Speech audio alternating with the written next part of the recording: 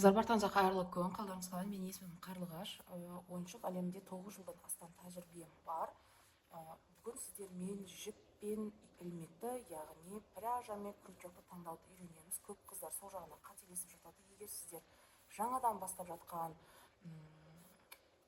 адам болатын болсаңыз, яғни тоқыманы, сіздерге ең қолайлы вариантын айта кетейін. Қазір қолыңыз тез арада үйренеді. Және де жаңағыдай кейбір адамдар бастапқыда тоқыған кезде өз тәжірибеммен айта кетейін. Мен бастапқыда ютубтан қарап 1-2 секунд көреміз, топқа қоямын, мына жақты тоқимын, сөйтіп үйренген адам болатын. Сол кездерде менің тоқымам өте сондай тығыз, және де жаңағыдай қалай айтсам екен, қатты, сондай бір иықтарым шаршап, қолдарым, саусақтарым шаршап, сөйтіп әрең дегенде тоқсам екен, тоқымасам екен, қиын ғой деген сияқты моменттер өте көп болған. Маған осындай ашық айтып түсіндіретін видеолар, бір сондай бір адамдар болмағаннан кейін ол этапты мен өзім басынан өткіздім. Ал сіздерге қазір жеңілдетілген түрін айта кетейін. Ең бастапқыда сіздер тоқыманы қолыңызға алып жатқан кезде майда жіп алмаңыздар. Егер сіздер бірінші тоқып жатқан адам болатын болсаңыз, мынандай жіңішке жіп ни в коем случае алушы болмаңыздар, қыздар. Өйткені бұның тізбектері өте майда болады. Оны пока шығарамын, тізбекті ілемін дегенше сіздер шаршап, тоқымаға деген былайша айтқан кезде құштарлықтарыңыз, желанияңыз қашып кетеді. Сол үшін сіздерге ең оптимальный вариант мынандай, бізде китайский велюр бар. Әр магазинде сатылады. Біріншіден бағасы жағы арзан, екіншіден өте жұмсақ, тоқылғанға ыңғайлы. Тізбектеріңіз өте жұмсақ болып, әрі сондай бір тез, воздушный, сондай бір состояниеда тоқып, қолдарыңыз жеңіл үйренеді.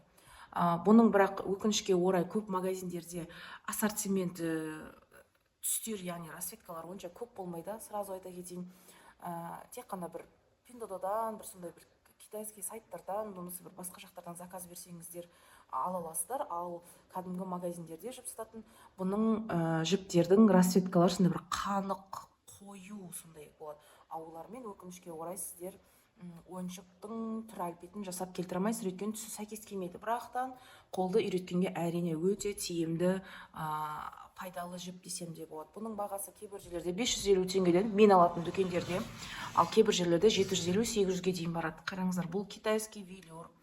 Осындай жұмсақ. Әрине де мен бұның неше түрлі расцветкасын алып өзім неше түрлі ойыншықтар тоқығанмын. Бұған сіздер 3,5 миллиметрлік ілмек аласыздар, яғни крючок. 3,5 миллиметр немесе осындай қызыл ең арзан крючоктар. Мыналар 250 теңгеден, осының төрттігімен тоқсаңыздар да болады. Оның ең ыңғайлысы бұл жіп жұмсақ.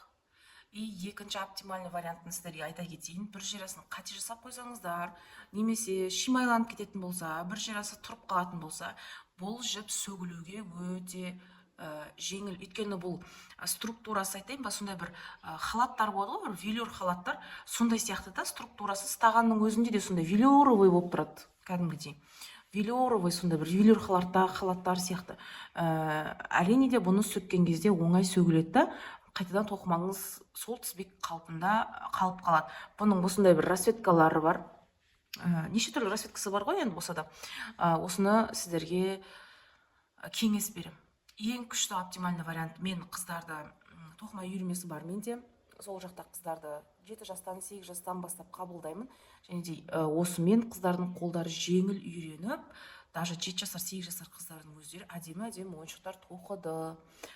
Енді одан кейін сіздер акриловый, обычный, простой, ол да ең арзан тұратын осындай жіп алсаңыздар болады. Бірақ бұл сәл жіңішке түрі, бұның сәл қалыңдау түрі болады.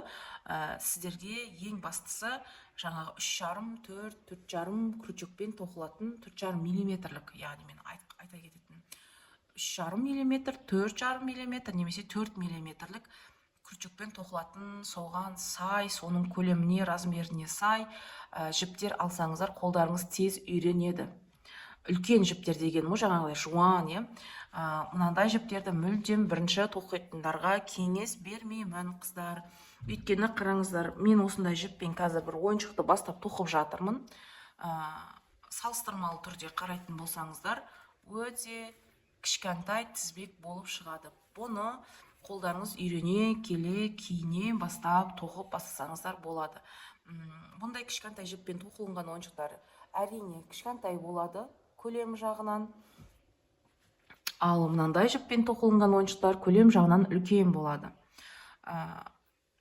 Бірақтан да мынандай жіппен, яғни кішкентай жіппен үлкен ойыншық тоқуға болады, бірақ ол екі есе расход, екі есе жұмыстың уақыты, екі есе ішіне салатын салмасының расходы, және де уақыттарыңыз өте көп кетеді, өйткені ол өте майда жұмыс.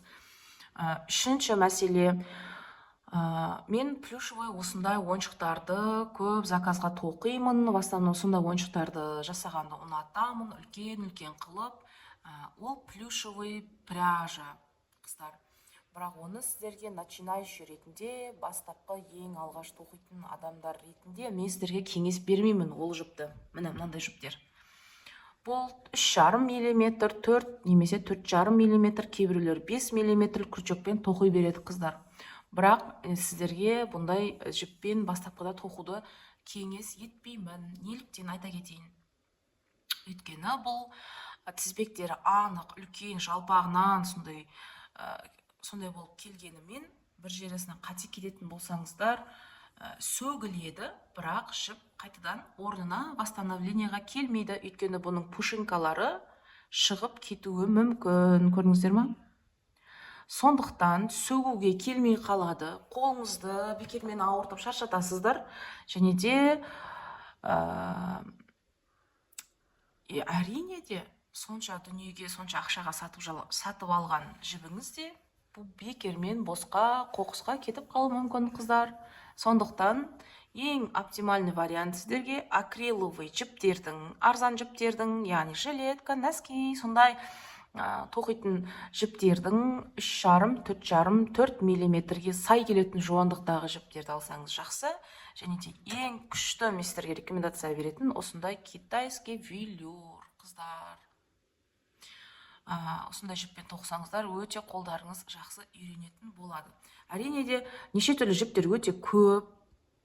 Хлопковый жіп деген жаңағы мен тоқып жатқан осындай хлопковый жіптер өте көп. Бұндайдан тоқыған бұйымдарда жилетка болсын, шапка болсын, ойыншық болсын әдемі болып шығады. Бірақ бұны уақыты келе қолыңыз үйренгеннен кейін тоқи берсеңіздер болады. Бірақ сонда да айта кетейін, егер де сіздер қолым үйренді, мен сондай жіп алғым келеді дейтін болсаңыздар, бұл бізде қандай еді? Жоқ, бұл джинс деген, ярнард джинс деген жіптің атауы. Бұған сіздер 2,5, 2 немесе 1,5 мм тоқитын сондай жіңішке жіптер қатарына жатады. Хлопок жаңағыдай өте күшті, жилеткасын тоқитын болсаңыздар, әрине де терлетпейтін сондай бір жақсы бұйым шығады. Одан кейін келесі түрінен көрсете кетейін сіздерге. Одан да сондай бір жұқа двойной жүретін жіптердің түрлері болады. Мінекей қараңыздар. Хлопок тоже, бірақ жіңішке, және де бұл осындай двойной болып жүреді. Бұдан да жаңағыдай жіңішке, жұқа бұйымда жасауға болады. Бірақ мен көбінесе бұндай жіптерді жаңағыдай ойыншықтардың толық ойыншықты, мысалға мынандай жіппен, плюшевый жіппен, болмаса китайский велюрмен тоқып болғаннан кейін бір киім кигізгім келеді, ойыншыққа сондайға арналған жіптер қатарынан аламын бұндай жіптерді. Киім тоқимын, шапка тоқимын. Біріншіден ақша жағынан выгодно түседі, яғни арзанырақ. Екінші жағынан киімдері, яғни сондай бір объемный, бір үйлеспей қалған емес, жұп-жұқа денесіне әдемі келісіп тұратын, киілгенде де әдемі киілетін сондай бір киім түрі пайда болады. Сондықтан мен осындай жіптерді аламын. Бұл бағасы жағынан да арзан, бір мотоғы 800-700 әр жерде әр қалай, және де бұның ішіне метражы өте көп. Сондықтан бұл сіздерге өте көпке жетеді, қыздар. Кейін келесі мәселе, егер сіздер тек қана ойыншық тоқимын, сондықтан ойыншықтарым әдемі болғанын қалаймын дейтін болсаңыздар, основной ойыншықтың өзінің цветі, мысалға осындай аю сияқтылар, қоян, в основном спростағы соларды нежный оттенок, пастельный тона дейді ғой, бір однотонный, бір көзге жылы көрінетін, сондай бір нәзік көрінетін, қатты бір боялған емес, қою қанық емес, сондай ашық түстер таңдасаңыздар, осындай сияқты өте әдемі бұйым шығады сіздерде, яғни ойыншық. Ал мынандай жіптерді, иә, осындай асқабақтың түсі, осындай серый түс, немесе жаңағыдай мен тоқып жатқан қанық жасыл, иә, мысалға жаңа жылға, там, рождественский бірдеңке тоқитын болсаңыздар, тематика бойынша, сондай сияқты нәрселерге, яғни киім жағынан неше түрлі түсін ұйымдастырып ала беруге болады. Бірақ основной түс ойыншықтың ол ашық, сондай нәзік, сондай нежный, пастельный, сондай цветтер болу керек, қыздар.